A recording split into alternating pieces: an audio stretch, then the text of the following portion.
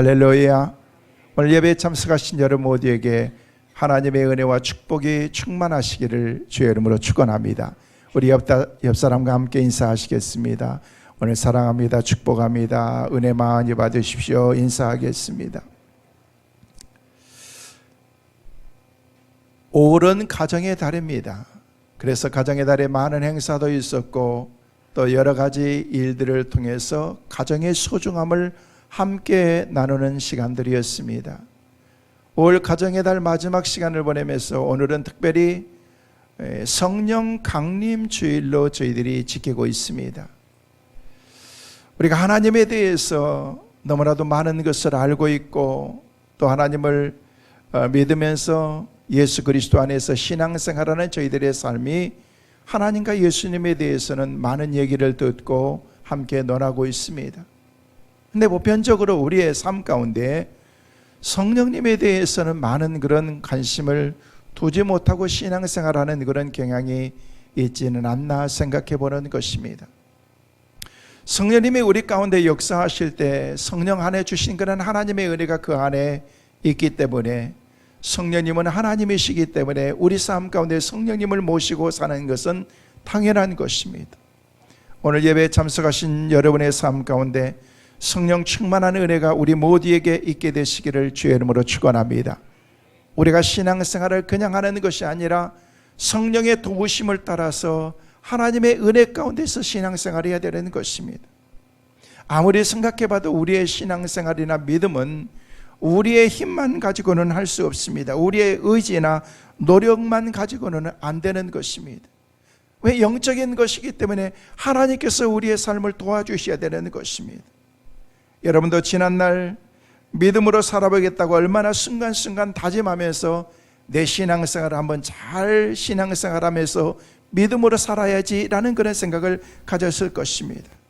그러나 시간을 지내놓고 보면은 하나님 앞에 엎드려 기도하다 보면은 이렇게 살아서는 안 되는 줄 알면서도 자신을 이기지 못하고 또다시 세상 가운데에서 마치 물고기가 세상 가운데서 죽은 물고기가 세상의 물결에 따라가는 것처럼 우리가 그렇게 우리의 인생을 살아가기도 한다는 것입니다.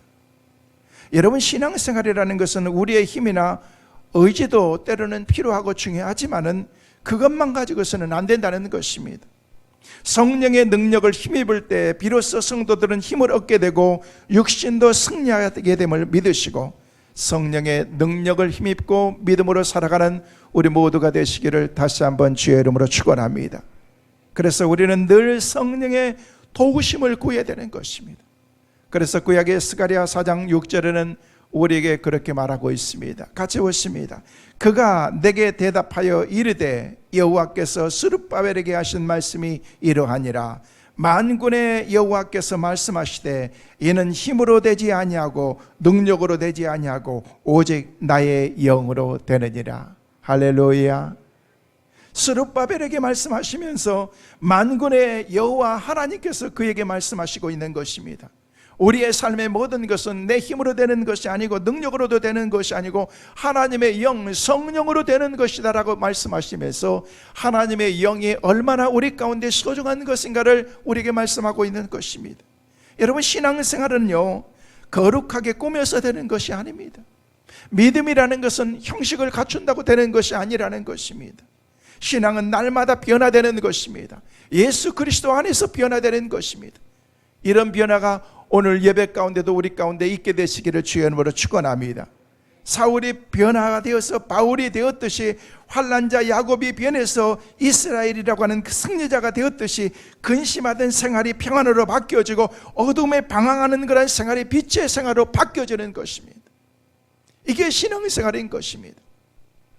그래서 믿음 생활을 하면은요 여러분의 가정 가운데서 혹시 믿지 않는 부모님이 계시고 믿지 않는 내 남편이나 자녀들이 있고 그러면은요 여러분이 모습을 보여줘야 되는 거예요. 우리 부인이 신앙생활하면서 너무 달라졌다고, 우리의 어머니가 교회 다니시면서 너무너무 달라졌다고. 어느 날 신방을 하게 됐는데 신방하면서 남편을 만나게 됐는데 저한테 꼭 인사를 하시면서 그렇게 말씀하시는 거예요. 목사님 감사합니다. 뭘요? 그랬더니 자기 부인이 교회 다니면서 너무 많이 바뀌었대요. 그래서 좋게요? 안 좋게요? 그랬더니 너무 좋게 바뀌었대요. 그 얘기를 듣는 나도 기뻤고 옆에 있는 집사님도 너무너무 행복해 하시면서 그 말하는 그런 남편도 자랑스럽게 그렇게 얘기를 하더라고요. 바뀌어야 되는 거예요. 변화된 거죠. 변화된 거. 예수 믿고 조금씩 달라지면서 주님 안에서 변화되는 그런 우리의 삶이 있어야 되는 것입니다. 아유, 우리 부인이 교회 다니면서 이상해졌다고, 전에는 안 그랬는데 왜 이렇게 저렇게 이상해졌는지 모르겠다고 하면서 집에는 전혀 관심도 안 갖고 밥도 안 차려주고 나한테 신경도 안 쓰고 이렇게 된다면은요, 남편이 그 모습을 보면서 야, 교회 다니면 안 되겠구나, 그런 생각을 갖게 될 거 아닙니까? 성도 여러분, 변화되어지는 그런 은혜가 있게 되시기를 주의 이름으로 축원합니다. 예수 안에서 우리의 삶이 변화되는 것입니다. 이게 신앙생활이라는 것입니다. 오늘 그래서 갈라디아서 5장 16절 말씀에 우리에게 뭐라고 말씀하고 있습니까? 같이 한번 크게 읽습니다. 시작. 내게 이르노니 너희는 성령을 따라 행하라. 그리하면 육체의 욕심을 이루지 아니하리라. 이렇게 말씀이 오니까 내가 이르노니 너희는 성령을 따라서 행하라고 말씀하고 있습니다. 그리하면 육체의 욕심을 이루지 아니하리라. 왜 우리가 성령을 쫓아 행해야 됩니까? 성령님은 우리를 인도해 주시는 분이고 우리를 가르쳐 주시는 분이고, 성령님이 우리 삶 가운데 임하게 되면요, 우리의 삶에 놀라운 변화가 일어나기 때문에 그런 것입니다.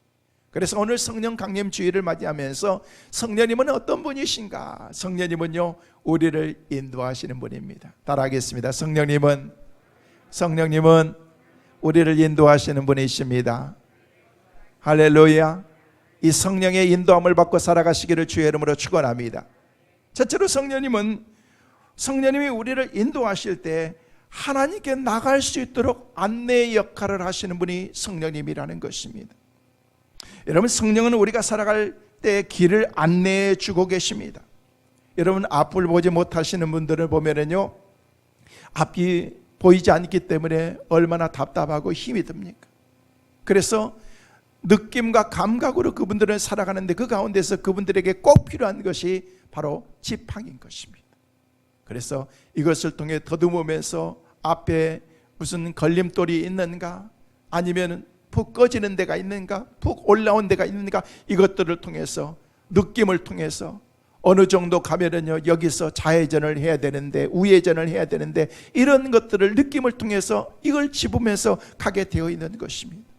왜? 보이지 않기 때문에 그렇습니다. 그분들은 굉장히 귀가 예민하고 손도 예민한 것입니다. 여러분이 가지고 있는 지폐 돈 안에 보면은요, 돈 한쪽에 보면은요, 앞을 보지 못하는 분들이 알 수 있도록 그 돈에 이렇게 다 마크가 되어 있습니다. 이걸 만져보면서 이거는 5,000원짜리다, 만원짜리다, 5만원짜리다, 이걸 알게 되어 있습니다. 왜? 볼 수 없기 때문에. 그래서 그것을 만져보면은요, 이게 얼마짜리라는 것을 알 수 있는 것처럼 그 느낌을 가지고 그분들이 살아간다는 것입니다. 근데 그 느낌만 가지고는 안 되는 것입니다. 신앙생활은 더더욱 그런 것입니다. 여러분, 미지의 길을 가는 사람에게 우리의 삶 가운데 우리의 삶을 안내해주는 안내자가 없다고 하면은 어떻게 미래를 우리가 나갈 수가 있겠습니까? 내일을 어떻게 우리가 살아갈 수가 있습니까? 모르는 거예요. 내일이 뭡니까? 한 시간 뒤도 우리는 알지 못하면서 우리의 인생을 살아가는데, 잠시 몇 분 뒤에 일어날 일들도 우리가 모르면서 우리의 인생을 살아가는데, 어떻게 우리의 삶 가운데서 우리가 편안하게 안전하게 우리의 삶을 살 수 있겠느냐는 거예요. 그래서 우리에게 안내자가 필요한 것입니다. 한번 잘못 길을 들어서면요, 인생의 모든 삶이 다 망가지기 때문에, 일생의 한순간으로 망가지기 때문에 그런 것입니다. 언제가 제가 여러분에게 말씀을 드렸을 거예요. 지방에 갔는데요, 경주 어딘가 거기서 톨게이트를 들어갔는데 제가 잘못 들어가가지고 엉뚱한 곳으로 들어가가지고 올라와야 되는데 내려가는 길로 들어가는데, 얼마나 그 길을 가는데요, 나갈 데가 없는 거예요. 돌아와야 되는 거예요. 다음 톨게이트까지 가가지고 거기서 돌아오는데 무려 1시간 가까이를 그냥 열심히 갔다가 제자리에 돌아오는데요, 얼마나 열이 받고 화가 나든지. 무슨 길을 이렇게 만들어가 잘못 들어왔으면은 지하를 가든 아니면은 반대로 가든 어떻게 해서 빨리 빠질 수 있도록 해야 되는데, 내가 다시는 이런 실수를 안 하겠다라고 생각했는데, 얼마 전에 지방에 갔다가 길이 가는데요, 갑자기 길이 막 3개 4개가 있는데 여기서 안내하는 안내양은요 그냥 우회전해가지고 어디로 가라 그러는데, 그 길이 그 길 같고 저 길이 저 길 같은데 에이 모르겠다고 들어갔는데요, 엉뚱한 곳으로 들어가가지고 15분 동안 가가지고 다시 돌아왔는데요, 야, 내가 이 실수는 안 하겠다고 옛날에 생각했었는데 또 하네. 아무리 우리의 삶을 잘 안내한다고 할지라도 그 안내를 받고 가도 우리의 인생은 늘 잘못된 인생을 살아갈 수밖에 없는 것이 바로 우리의 인생이라는 것입니다. 그래서 사도 바울은 갈라디아 성도들에게 오늘 본문 말씀에 너희는 성령을 따라 행하라, 그리하면 육체의 욕심을 이루지 아니하리라. 따라서 가라는 것입니다. 따라서 행하라는 것입니다. 요한복음 14장 26절 말씀에도 보면 예수님께서 성령님에 대해서 얘기하는데, 성령님을 예수님께서 보혜사다라고 그렇게 말씀하셨어요. 같이 읽습니다. 보혜사 곧 아버지께서 내 이름으로 보내실 성령, 그가 너희에게 모든 것을 가르치고 내가 너희에게 말한 모든 것을 생각나게 하리라. 할렐루야. 보혜사 성령님이라는 것입니다. 이 성령님께서 우리 삶 가운데 2가지를 말씀하시는데, 첫째는요, 성령은 우리에게 모든 것을 가르쳐 주시는 스승이라는 거예요. 스승. 학교 학생이 가면은요, 선생님이 다 기다리면서 하나씩 모든 것을 가르쳐 주는 거예요. 그래서 선생님을 통해서 우리가 배우는 거죠. 교회에 오면은 교회 학교 지금 예배를 드리면서 사역자들이, 선생님들이 그들을 가르치기 위해서 세미나도 가고 훈련도 받고 좋은 교재를 가지고 연구하고 또 준비하고, 그렇게 해서 여러분의 자녀들, 손자, 손녀들까지도 그렇게 가르치고 있는 거예요. 그래서 그들의 신앙이 가지고 있는 그런 그 믿음이 그들에게 잘 안착이 되어서 신앙의 뿌리가 내릴 수 있도록 만들어주는 거예요. 저도 생각해 보면 어렸을 때부터 교회에서 다녔던 그런 선생님들, 그냥 선생님들에 의해서 가르침을 받았던 그런 것들이 지금도 제 삶 가운데 신앙의 뿌리로 남아있는 거예요. 그때는 건성건성 아무것도 아닌 것 같았었는데 지내놓고 보니까 그게 신앙의 뿌리를 내리고 있더라는 것입니다. 오늘 이 시간도 마찬가지인 것입니다. 이 말씀을 통해서 여러분들이 하나님의 말씀을, 하나님의 음성을 듣고 내가 이 말씀대로 내가 살아야 되겠다, 이 말씀대로 내가 붙잡고서 믿음으로 순종하면서 살아야 되겠다고 하는 그런 그 말씀, 마음을 가지고 있을 때 그것이 여러분의 삶 가운데 뿌리를 내리게 되어 있다는 것입니다. 말씀의 뿌리가 내 삶 가운데 깊이 내리게 되면요, 그때부터는 흔들림이 없이 우리의 인생을 살아갈 수가 있는 것입니다. 신앙의 뿌리가 깊은 사람은요, 어떤 한란의 바람이 불어도 우리의 삶 가운데 흔들림이 없기 때문에 그런 것입니다. 그런데 오늘 성령님은 우리에게 모든 것을 가르쳐 주신다. 사람이 몰라서 실수하는 경우도 있고 또 몰라서 잘못된 길을 걸어갈 수도 있다는 것입니다. 그런데 성령은 이렇게 위험한 길을 우리가 걸어갈 때 그 길을 피하도록 가르쳐 주시는 거예요. 너 이대로 가면 안 된다. 너 이 길 가면 너는 큰일 난다. 이 길 가면 죽는다. 여러분, 세상 가운데서도 우리에게 그렇게 얘기합니다. 가야 될 길이 있고 가지 말아야 될 길이 있는 것입니다. 가지 말라 그러는데 굳이 그 길을 가면은요, 우리가 사고 나게 돼 있고 다른 사람에게 피해를 주게 돼 있고 불이익을 우리가 당하게 될 수밖에 없다는 것입니다. 그런데 우리는 그것을 무시하고 우리의 인생을 살아가는 것입니다. 그런 것이 아니라 법과 질서를 따라서 우리가 믿음으로 살아갈 때 그 가운데 행복이 있고 안정이 있고 다른 사람에게 기쁨과 삶을 윤택하게 해줄 수 있는 그런 복이 그 가운데 있기 때문에 그런 것입니다. 또 무엇을 해야 될지, 어떻게 사는 것이 바르게 사는 것인지 가르쳐 주시는 안내자가 바로 성령님이라는 것입니다. 그래서 바울은 너희는 성령을 쫓아 행하라 라고 그렇게 우리에게 말씀하고 있는 것입니다. 사랑하는 성도 여러분, 성령님을 쫓아서 믿음으로 따라가는 은혜가 있게 되시기를 주의 이름으로 축원합니다. 또 하나는 성령은 우리에게 모든 것을 생각나게 깨우쳐 주시는 분이라는 것입니다. 여러분, 어른들이 종종 하시는 말씀이 뭐냐면요, 기억력이 많이 없어졌대요. 저는 이해가 참 안 됐어요. 금방 가르쳐 드렸는데도 어른들이 금방 잊어버리는 거예요. 그래서 왜 그러시는가 그랬는데요, 저도 요즘에 보면은요, 깜박깜박 많이 잊어버리는 것 같아요. 이게 어른들이 조금씩 이해가 되는 거예요. 옛날에는 한번 심어놓고 기억해 놓으면 절대 잊어버리지가 않았는데 시간이 지나면서, 아니요, 시간이 지나는 게 뭐예요? 때로는 돌아서 가지고 책을 뭔가를 보려고 했었는데 내가 뭘 빼려고 그랬지, 뭘 보려고 그랬지 때로는 생각이 안 날 때도 있습니다. 여러분, 기억력이 점점 기억을 잃어버리고 때로는요 어른이 돼가지고 나중에 연세가 많이 드시면은요 하나씩 다 잊어버리는 것 같아요. 그래도 여러분 다 잊어버려도 여러분 치매는 걸리지 말아야 될 것 같아요. 아멘. 치매 걸리지 마세요. 두 가지, 암 걸리지 말고 치매 안 걸리기만 해도 여러분 건강하게 살 수 있는 것 같아요. 딸이 왔는데 누구세요? 이렇게 하고 그러면 그게 곤란하잖아요, 여러분. 그래서 맑은 정신 가지고 건강하게 여러분 한 120까지만 잘 살다가 하나님께 가는 그 은혜가 있기를 간절히 소망합니다. 할렐루야. 아멘 하신 분들은 꼭 그렇게 살 줄로 믿습니다. 네, 건강하게 우리가 삶을 사는 거예요.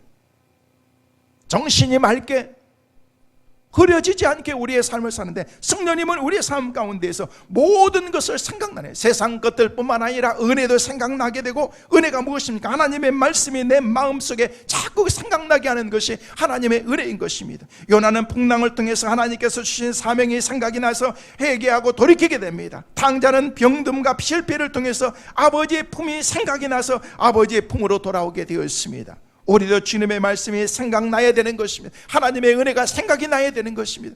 그래서 막 주일날 되면은요 하나님의 교회로 여러분들이 막 오고 싶은 그런 마음이 되어야 되는 것입니다. 그런 은혜가 있기를 간절히 소망합니다. 그냥 예배 시간이 기다려지고 사모하고 성도들을 만나는 것이 막 기다려지고 막 이런 사모하는 마음이 우리 가운데 있어야 되는, 여러분 실패의 자리에서도 주님의 말씀이 생각이 나서 다시 아버지의 품으로 돌아와서 무릎을 꿇어야 됩니다. 잘못된 길을 걸어가다가도 주님의 말씀이 생각이 나서 다시 돌이켜야 되는 것입니다.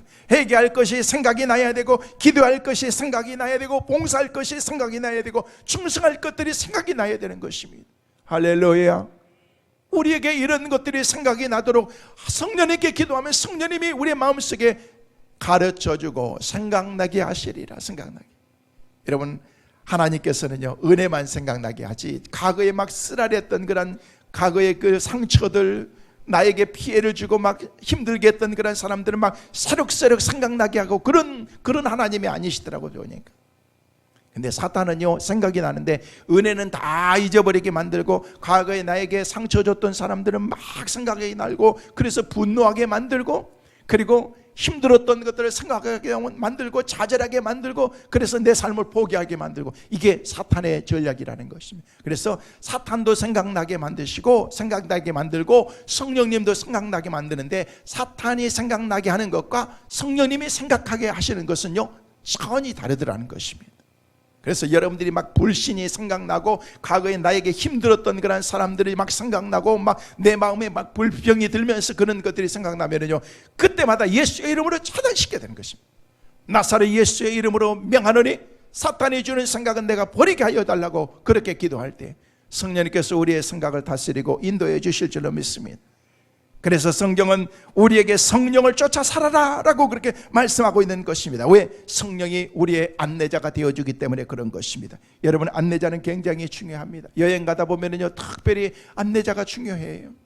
언젠가 저희가 여행을 하다가 애들과 함께 차에 같이 자가 운전을 해가지고 여행을 가가지고 목적지를 갔는데요, 가기 전에 인터넷을 뽑아가지고 그곳에 가면 어떤 곳이다라고 생각하면서 다 공부를 하고 그냥 스터디를 하고 갔는데, 가서 보니까요 뭐가 뭔지 아무것도 모르겠는 거예요. 그래서 사람들이 다니는 곳만 보고 그림만 보고 그냥 사진만 찍고 왔는데요, 여행이 제대로 되지 않았더라고. 보니까 나중에 깨달을 수 있는 게 뭐냐면요, 거기 가서 사진 찍고 오는 게 목적이 아니고, 그곳에 가면은요 안내자가 그곳에 대해서 배경이라든지 상황이라든지 그 역사적인 그런 흐름이라든지 이 모든 것들을 통해서 이 여행지의 어떤 그런 모든 정보들을 다 나눠줘서 그게 공부가 되고, 이게 여행이구나라는 것들을 깨닫게 되었어요. 그래서 그 다음부터는 여행의 가이드가 얼마나 중요한가, 안내하는 사람이 얼마나 중요한가를 깨닫게 되었어요.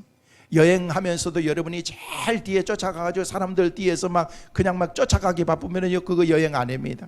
그래서 항상 가이드 옆에 서가지고 가이드가 뭐라고 얘기하는가 그걸 보면서 그걸 공부하면서, 그럴 때 이게 진짜 여행이 될 수가 있다는 것입니다. 여행하면서도 우리를 안내하는 안내자가 중요한데, 우리 인생의 여정을 살아가는 그런 삶 가운데서 우리를 안내해 주는 사람이 없으면요, 내 마음대로 막 사는 거예요. 내 생각대로 경험대로 살아보는 거예요. 경험이라고 그래봐야 우리가 실패하고 맨날 힘들고 어려웠던 건데, 그것을 경험 삼아서 살아서 우리가 뭐 하겠습니까?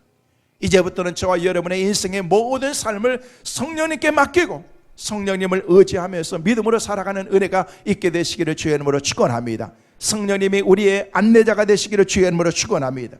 두 번째로, 성령은 좋은 열매를 맺게 만들어주는 거예요.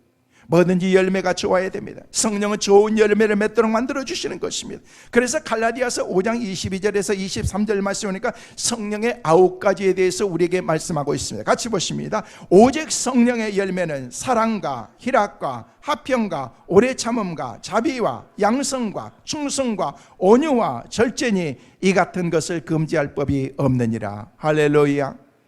이 열매는요, 무슨 열매입니까? 성령을 통해서 우리 가운데 맺어지는 열매라는 것입니다. 아무리 좋은 나무라고 할지라도 좋은 열매가 맺지 못하면요, 좋은 나무라고 할 수가 없는 것입니다. 유실수에는요, 좋은 열매가 맺어야 되는 거예요. 얼마 전에 한 분이 저한테 우리 가정에 좋은 선물을 줬는데, 화분을 하나 줬는데 그 화분이 무슨 화분이냐면요, 딸기 화분이었어요. 딸기 화분을 줬는데, 딸기를, 거기서 딸기 나무가 하나가 있는데요, 거기에 여러 딸기가 조금씩 이렇게 맺었어요. 그래서 그 선물로 줘가지고 해서 이걸 집에 가져가가지고 저희 아내가 저한테 어명을 떨어뜨렸어요. 그래서 당신이 날마다 물을 잘 주라고 그래서, 제가 얼마나 착실하잖아요.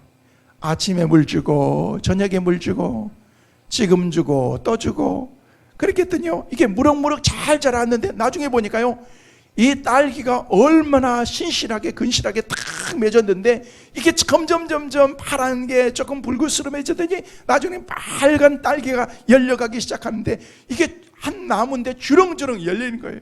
기대가 되는 거예요. 기대가 돼서 내가 물을 더 열심히 줬지. 열심히 줘가지고 과연 이 딸기가 어떤 맛일까? 드디어 제일 잘 익은 것은 어느 날 제가 딸기 하나 탁 따가지고 우리 집사람한테 이렇게 하면서, 이거는 첫 거니까 주의 종이 먹어야 되니까 내가 먹어보겠다고 얘기를 하면서 딸기를 탁 먹는데, 제가 깜짝 놀랐어요. 맛이 하나도 없어요. 완전 맹탕인 거예요. 이영길 권사님, 이게 무슨 맛이에요? 전문가니까 아실 거예요. 아니, 세상에 어떻게 딸기가 그렇게 잘 익고 내가 얼마나 정성을 다해서 물을 줬는데 맛이 하나도 없는 거예요. 차라리 이게 무슨 무맛보다도 더 없는 거예요. 그래가지고 이게 왜 그럴까 하면서 물어봤어요. 그래 물어봤더니 나는 모르는 거를 저희 아내가 뭘 어떻게 알겠어요?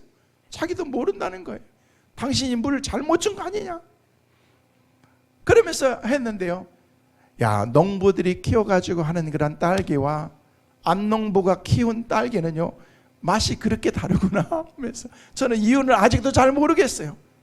거기서 키운 딸기는 설탕물을 뿌려가지고 하는지 꿀물을 주는지 저는 모르겠지만은요, 저는 맹물만 줬거든요. 하여튼 그렇게 자라긴 자랐는데 생김새는 딸기고 빨갛고 잘 익었는데 이게 맛이 하나도 없더라는 것입니다. 그래서 다음부터는요, 물 주는 게 힘이 없어지더라고요. 내가 보니까 이놈을 줘도 맛이 없을 텐데 하면서 보기만 좋게 키우다가 지금 서서히 이제 딸기 나무가 나이가 먹어가면서 이제 시들어가고 있는 중인데, 여러분, 딸기 나무에서 맺히는 열매는요, 딸기가 맛이 있어야 되죠. 좋은 나무는 좋은 열매를 맺게 되어 있다는 것입니다. 여러분, 우리의 삶 가운데에서 맺혀야 될 그런 열매가 있고, 하나님께서 주신 은혜 가운데서 반드시 우리가 맺혀야 될 그런 신앙의 열매가, 믿음의 사람들에게 신앙의 열매가 있는 것입니다. 그런데 주님께서는 성령의 9가지의 열매를 말씀하시면서 사랑과 희락과 화평과 오래 참음, 인내와 자비와 양성과 충성과 온유와 절제의 이 열매까지도 9가지를 얘기를 하면서 너희들이 이 열매를 맺어야 된다라고 말씀하고 있다는 것입니다. 이 9가지는커녕 우리는 한두 가지도 맺히기가 힘든데 너무 많은 것을 요구하는 것 같은데 이것은 불가능한 것이 아니라 믿음으로 살고자 열심히 우리가 몸부림치기만 하면 성령님께서 맺어주게 하시는 그런 열매라는 것입니다. 여러분, 그래서 좋은 나무면은 좋은 열매를 맺어야 되는 것처럼 좋은 나무라고 여러분 하면서도 좋은 열매를 맺지 못하면 이건 좋은 나무라고 말할 수가 없는 것입니다. 예수님께서 열매를 보아서 그 나무를 알 수 있다라고 말씀하셨습니다. 누가복음 6장 44절 말씀에 뭐라고 말씀하고 있습니까? 읽습니다. 시작. 나무는 각각 그 열매를 안하니 가시나무에서 무화과를 또는 찔레에서 포도를 따지 못하느니라. 여러분, 예수님께서 말씀하셨어요. 나무마다 각각 다른 열매를 맺는다는 것입니다. 근데 가시나무에서 무화과, 찔레에서 포도나무를 어떻게 딸 수 있겠느냐? 가시나무에서는요 안 열리는 거예요. 딸기나무에서는 딸기가 열려야 되는 것이며 무화과 나무에서는 무화과가 열리게 되어 있는 것입니다. 그래서 우리는 좋은 나무가 먼저 되어야 되는 것입니다. 그래야 좋은 열매를 우리가 맺을 수 있기 때문에 예수 잘 믿는다고 하면서 열매를 부실하다면요 어딘가 우리가 신앙생활을 잘못하고는 병들었거나 문제가 있는 것입니다. 여러분, 성령님은 좋은 열매를 맺게 해주십니다. 그래서 너희는 성령을 쫓아 행하라 라고 그렇게 말씀하시는 것입니다. 신앙은 오래 믿었다고 좋은 것이 아닙니다. 몇 대째 믿었다고 신앙생활을 우리가 잘할 수 있는 것이 아니라는 것입니다. 오래된 신앙생활하는 그런 사람들도 보면은요 몇 대째 신앙생활하는 사람들도 보면은요 온전하게 신앙생활을 제대로 못하는 사람들도 얼마나 많습니까? 그것이 우리의 신앙의 어떤 그런 이력이 되는 것이 아니고 내 자랑이 되는 것이 아니라는 것입니다. 신앙은 매일매일 우리의 삶 가운데 새로워져야 되는 것입니다. 새로운 열매를 맺고 새로운 결단을 하면서 우리의 삶 가운데 내 삶의 새로운 열매 결단을 가지는 그런 삶 가운데서 좋은 과일을 맺을 수 있기 때문에 그렇습니다. 한 해가 지나면 때로는 우리의 삶 가운데서 나무들을 보면요 가지치기를 하지 않습니까? 가운지기들은요 가지치기를요 가감없이 그렇게 하고 있습니다. 왜? 새순을 통해서 나는 그 가운데서 많은 열매가 맺히는 것이 아니라 그 가운데서 몇 개의 열매만 잘 맺으면요 이 나무의 역할을 할 수 있기 때문에 그런 것입니다. 여러분, 예수님은 본질의 문제를 우리 하나님께서 항상 생각하셨던 것입니다. 본질이 잘못되면요 나무가 잘못되면요 그 나무는요 좋은 열매를 맺을 수가 없습니다. 좋은 제목이 돼야 됩니다. 그래서 우리 삶 가운데서 좋은 열매를 맺을 수 있는 우리의 삶이 되도록 우리 스스로가 내 자신을 관리하고 내 자신을 하나님 앞에 내 자신을 드려서 하나님 내 삶 가운데서 좋은 열매를 맺게 하여 달라고 우리가 기도해야 되는 것입니다.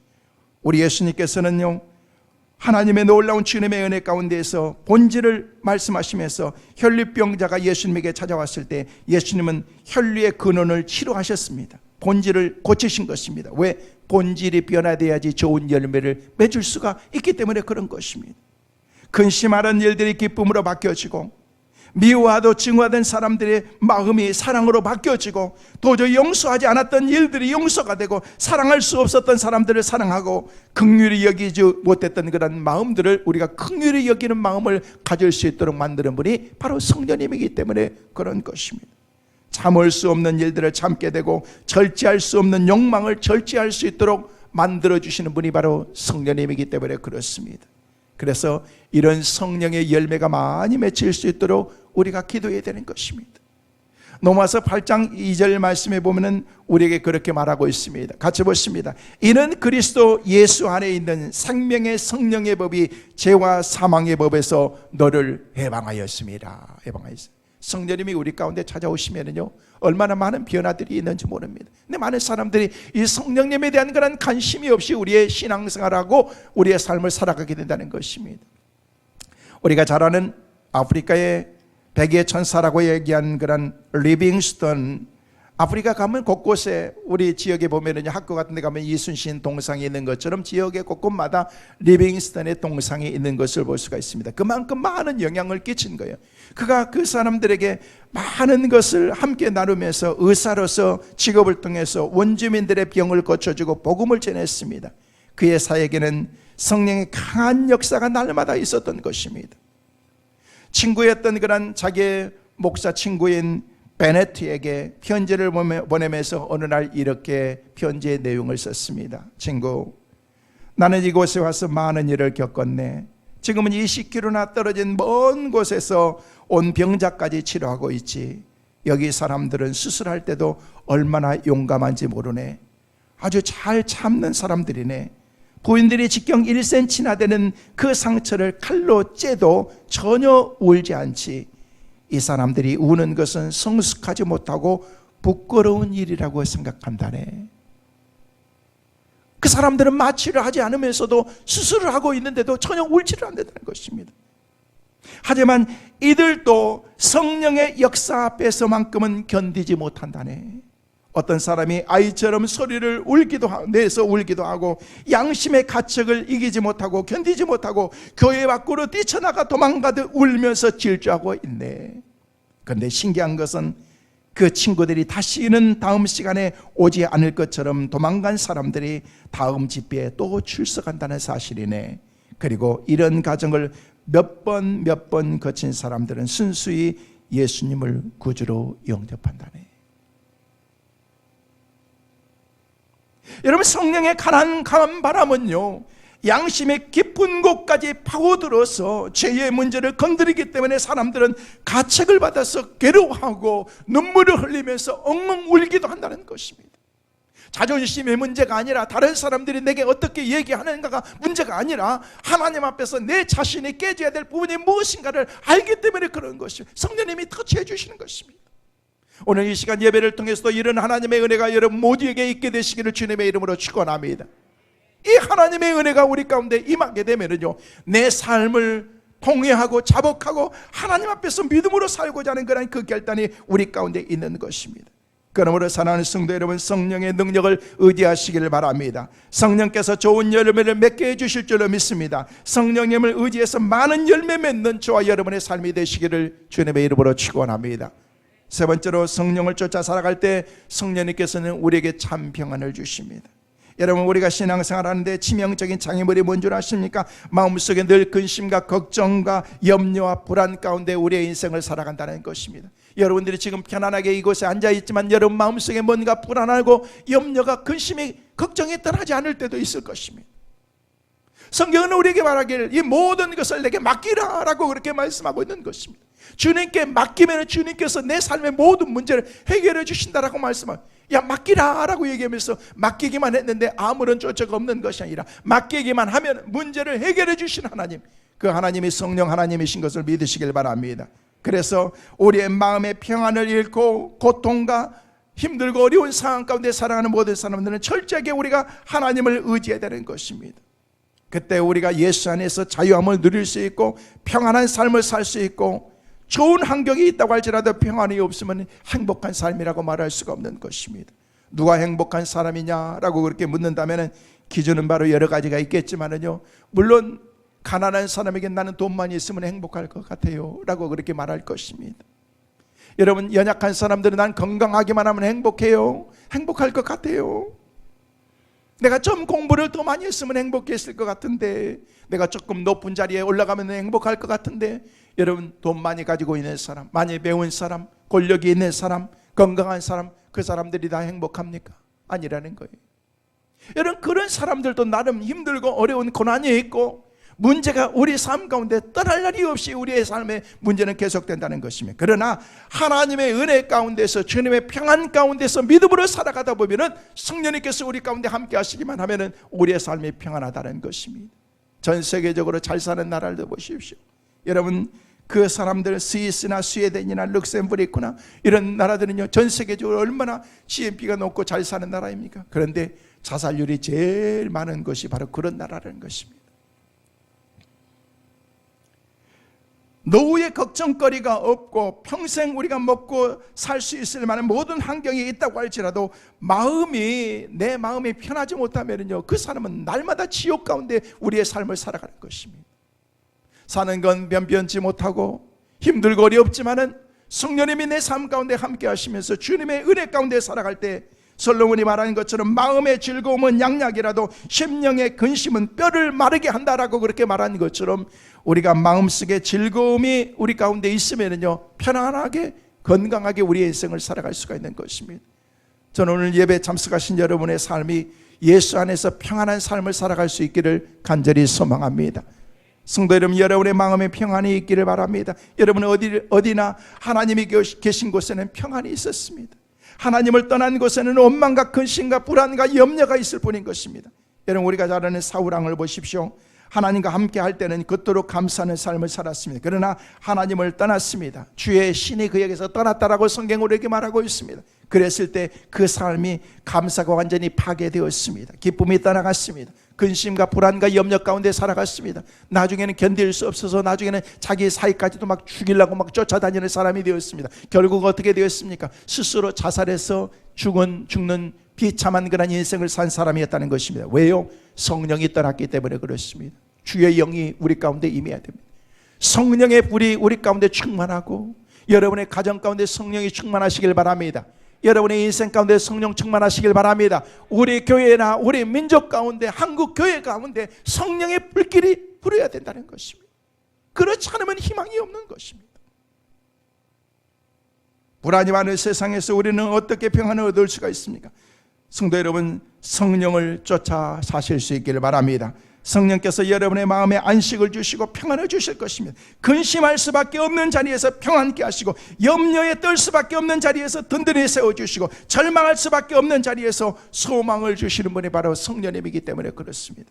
성도 여러분, 성령님을 쫓아 살아갈 수 있는 우리 모두가 되시기를 주의 이름으로 축원합니다. 마지막으로, 이렇게 우리가 하나님 앞에 살아가면 하나님께서 우리에게 어떤 축복을 주십니까? 하나님께서 우리를 위해서 간절히 중보하며 우리를 축복하시는 것을 볼 수가 있습니다. 로마서 8장 26절 말씀에는 우리에게 뭐라고 말씀하십니까? 같이 있습니다. 이와 같이 성령도 우리의 연약함을 도우시나니 우리는 마땅히 기도할 바를 알지 못하나 오직 성령이 말할 수 없는 탄식으로 우리를 위하여 친히 뭐하느니라? 간구하느니라.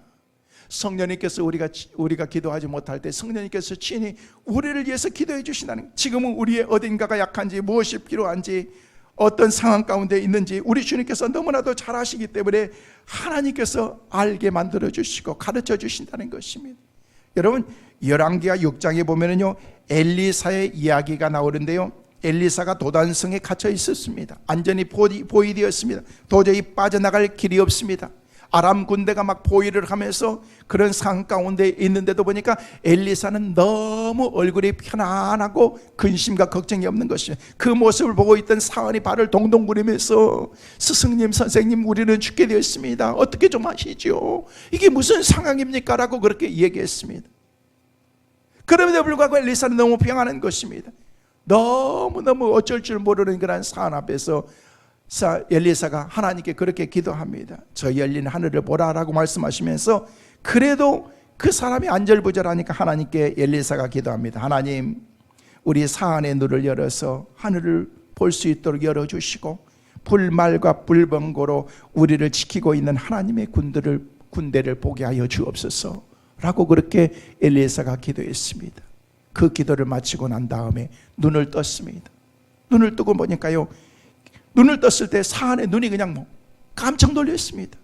지금까지 보지 못했던 것들이 막 눈으로 보이기 시작하는 것입니다. 불말과 불병거와 탄천군 천사, 도단성을 에워싸고 있는 아람 군대의 숫자보다 훨씬 많은 그런 하늘의 천군 천사들을 보면서, 그러면서 그 삶 가운데에서 힘을 얻게 되는 그 모습을 우리 열왕기하 6장에서 볼 수가 있습니다. 여러분, 이게 신앙과 불신앙의 차이라는 것입니다. 신앙에 있는 사람들은요, 하나님의 은혜를 보고 성령님께서 하시는 역사들을 보면서 하나님께서 앞으로 행하실 일들까지 보게 되는데, 믿음이 없으면 안 보이는 것입니다. 성도 여러분, 영적인 눈이 열려질 수 있기를 주의 이름으로 축원합니다. 똑같은 환경에서 어떤 사람은 희망과 소망을 보고 우리는 잘할 수 있다라는 것들을 보는 사람이 있는가 하면, 어떤 사람은요, 낙심과 좌절 가운데서 우리는 어떻게 하는가, 우리는 죽었다, 안 되겠다, 망하겠다, 그런 생각을 갖느냐는 거예요. 믿음의 생각을 가지면은요, 잘 되게 될 줄로 믿습니다. 여러분의 입술로 잘 된다고 선포하시기를 주의 이름으로 축원합니다. 우리나라가 얼마나 힘들고 어려웠습니까? 여러분, 한국 초대교회 영적 부흥의 역사를 보면요, 1907년 평양 부흥을 통해서 우리에게 하나님의 은혜가 전달되어지는 거예요. 지금부터 114년 전에 평양에 아주 강력한 성령의 바람이 불었다고 얘기하고 있어요. 우리는 복음의 복자도 우리가 모르고 있을 때, 저 평양에서는요, 성령의 막 바람이 불기 시작해서 영적인 그런 놀라운 역사들이 그 가운데 막 일어나기 시작했다는 것입니다. 한국교회 역사가 짧지만은요, 한국 기독교에 들어온 그런 1885년 이래 기독교 역사는 130년밖에 되지 않았지만, 이 짧은 역사 가운데 1907년 있었던 평양 부흥의 놀라운 역사는요, 전 세계가 놀랄 만한 그런 놀라운 부흥의 역사가 우리 가운데 있었던 것입니다. 오늘 우리의 신앙생활 할 수 있는 믿음의 뿌리가 바로 거기에서부터 시작이 된 것입니다.